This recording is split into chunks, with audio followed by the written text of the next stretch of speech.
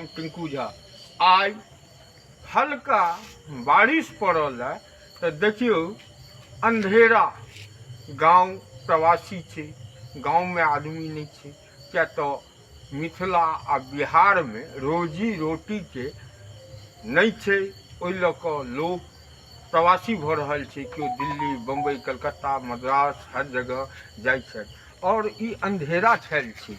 आब अहाँ एतऽ 17 तारीख को हर बेर 17 सितंबर को बिहार में स्पेशल पूरा दुनिया मनबै छै, लेकिन बिहार में विश्वकर्मा पूजा मनायल जाइ छै 17 सितंबर को।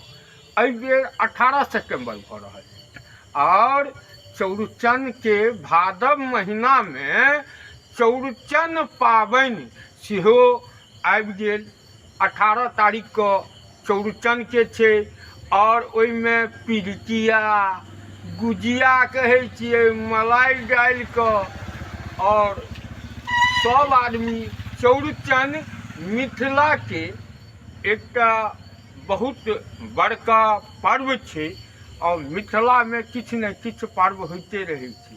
आगा बतबै छी भैया, चौड़चन पाबनि आबि गेल तहन तऽ एहिबेर पिरिकिया खेबै कि अनारसा टिकड़ी की बनबेबै खाय के मन करे? सबटा बनै छै। कथी ताहिमे खाय के? केरा, सेब, की कहै छै, अंगूर, जते फल भेटै छै सेहो रहै छै। आ पुरुकिया रहै छै, टिकिया रहै छै, जे चीज खेबक सब रहै छै, पूरी रहै छै। ओहिमे ज्यादा मीठा के ज्यादा ओहिमे भाग छै। सहयोग मीठा फल जेना खीर बनै छै।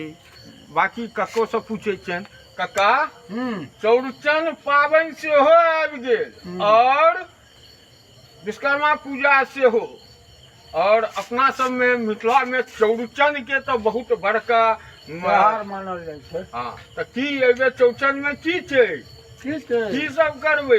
खीर रहते, पूरी रहते, पिरिकिया रहते, केरा रहते, दही के मटकूरी रहते, जे मिठाई रहते। हाँ। चांद के देख कर स्पेशल चांद देखल जाइ छै और चांद के देख कर चौड़चन पाबनि मनायल जाइए मिथिला में।